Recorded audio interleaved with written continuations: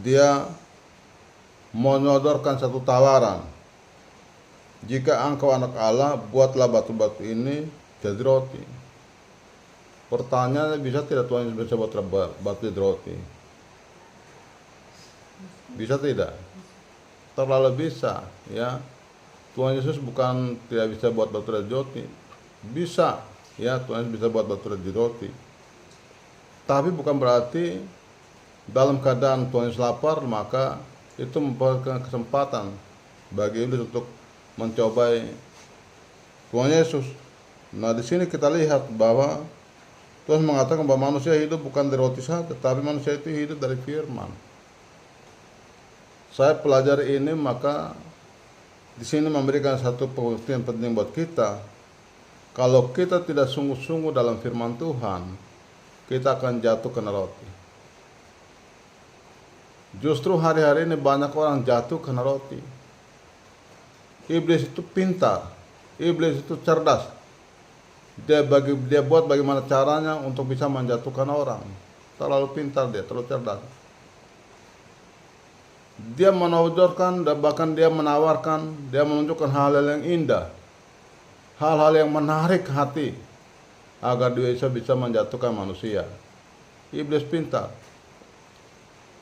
Tetapi kalau kita tidak hidup dalam firman Tuhan, maka kita akan jatuh. Manusia akan gampang jatuh ketika dia tidak hidup dalam firman Tuhan.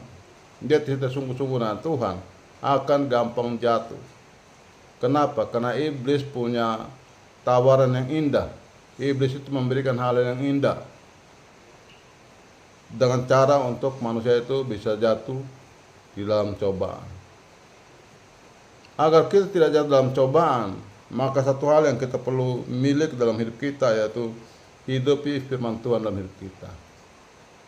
Firman Tuhan itu harus bisa menghidupi kehidupan kita, agar kita dalam situasi model apapun kita tetap kuat, kita tidak gampang jatuh.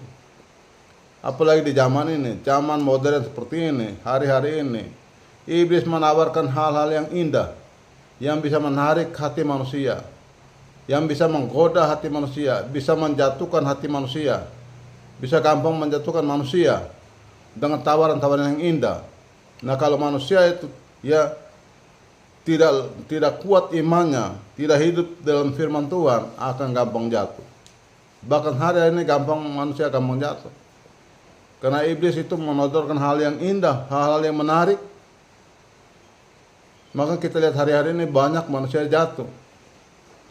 Jatuh karena roti yang disodorkan oleh iblis itu roti yang luar biasa, ya. Roti itu dalam bentuk manusia, roti itu dalam bentuk barang, ya. Kalau dia menodorkan yang satu, kalau kuat, dia akan menodorkan lagi yang satu. Kalau dia menawarkan yang satu, kau kuat, dia akan menawarkan lagi yang satu. Bagaimana cara untuk menjatuhkan engkau? Itulah iblis.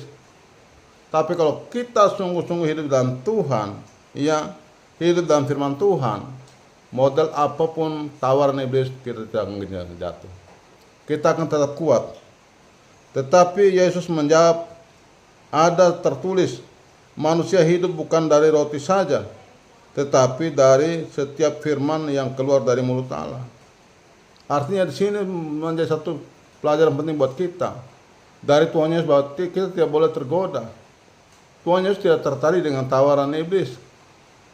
Tapi Tuhan Yesus mengatakan bahwa manusia itu hidup bukan dari roti, tapi dari firman Tuhan. Artinya memberikan satu contoh buat kita, harus menghidupi firman Tuhan dalam hidup kita. Firman Tuhan itu harus bisa menghidupi kita supaya kita tidak gampang jatuh. Ya.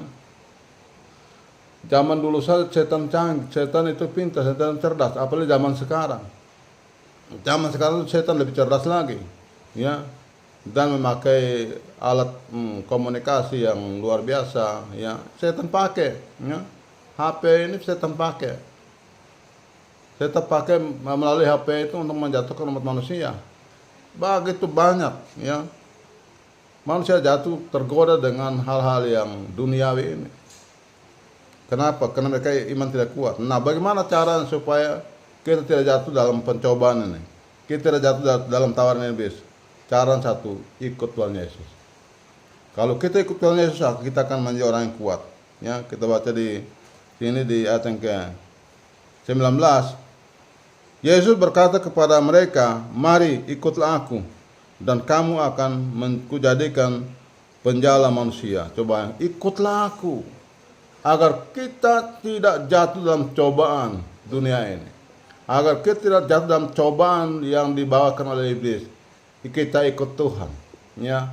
Sungguh-sungguh dengan Tuhan, lebih dekat dengan Tuhan, ikut Tuhan, ya, dekat dengan Tuhan, ya, ada di dalam Tuhan, lakukan kebaikan dan kebenaran, menghidupi hidup kita dengan firman Tuhan, ya.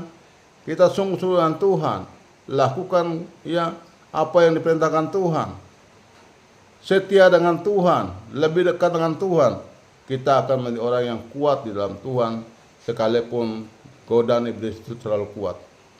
Sekalipun godaan iblis itu sangat menarik, kita tidak akan jatuh dalam godaan itu. Kenapa hari ini orang jatuh dengan godaan-godaan iblis, tawaran-tawaran iblis yang begitu sangat menarik, ya. Manusia jatuh dengan tawaran-tawaran yang sangat menarik. Oleh sebab itu, kita sebagai anak Tuhan, kita tidak boleh lengah. Kita tetap kuat. Karena di sini kita lihat bukan hanya roti saja kita lihat di sini. Bahkan mereka membawa Tuhan Yesus, ya. Di ayat yang ke-6 dikatakan, lalu berkata kepadanya, "Jika engkau anak Allah, jatuhkanlah dirimu ke bawah, sebab ada tertulis mengenai engkau, Ia akan memerintahkan malaikat-malaikatnya, dan mereka akan menatang engkau di atas tangannya, supaya kakimu jangan terantuk kepadanya." Yesus berkata kepadanya, "Ada pula tertulis, jangan engkau mencobai Tuhan Allahmu." Coba yang ini bicara tentang ketika orang mungkin mungkin mendapatkan hal-hal yang luar biasa, hal yang besar, atau mungkin mendapatkan kedudukan, jabatan. Jadi orang-orang penting, orang-orang kaya, orang-orang berkuasa, mereka mulai tunjukkan bahwa mereka hebat. Mereka mulai tunjuk bahwa mereka itu, saya berkuasa semuanya, saya bisa melakukan apa saja. Nah, ini yang terjadi hari-hari ini. Mereka pikir mereka kebal hukum, mereka tidak akan bisa disentuh oleh hukum. Ingat, lebih baik kalau kita tidak hidup dalam Tuhan, kita akan jatuh, ya, kita akan jatuh. Sekalipun kita hari ini mungkin dapat mendapatkan kepercayaan, mempunyai pejabatan, mempunyai kekuasaan, ya, tapi kita rendah hati bahwa semuanya ini karena Tuhan. Apa yang saya miliki saat ini karena Tuhan. Apa yang saya alami saat ini karena Tuhan, bukan karena siapa-siapa. Tidak boleh menyombongkan diri. Ini iblis bilang apa? Kalau kau anak Allah, kau jatuhkan diri ke sini, dia bilang, jangan engkau mencoba Tuhan Allahmu. Dan iblis membawa lagi, ya. Dan iblis membawanya pula ke atas gunung yang sangat tinggi, dan perlihatkanlah kepadanya semua kerajaan dunia dengan kemegahannya, dan berkata kepadanya, semua itu akan kuberikan kepadamu jika engkau sujud menyembah aku. Maka berkatalah Yesus kepadanya, hanyalah iblis, sebab ada tertulis, engkau harus menyembah Tuhan Allahmu, dan hanya kepadanya sajalah engkau berbakti. Nah, ini kita lihat sini bahwa iblis menawarkan kerajaan lagi. Ini jauh dari soal, ya. Jadi bukan hanya satu saja yang iblis tawarkan untuk menjatuhkan Tuhan Yesus, tapi berbagai macam tawaran. Kita juga perlu menjadi orang yang sungguh-sungguh dengan Tuhan. Kenapa? Tawaran iblis terlalu banyak sekali. Kerajaan dunia menjadi tawaran. Siapa yang tidak tergiur dengan kerajaan dunia ini? Semua orang tergiur dengan kerajaan dunia ini. Mereka akan jatuh dengan kerajaan dunia ini. Tapi kita sebagai anak Tuhan, sungguh-sungguh dengan Tuhan. Kita harus lebih dekat, lebih intim, lebih dalam dengan Tuhan. Kita tidak akan jatuh dalam tawaran-tawaran setan. Iblis tidak punya kurang akal untuk menjatuhkan kita.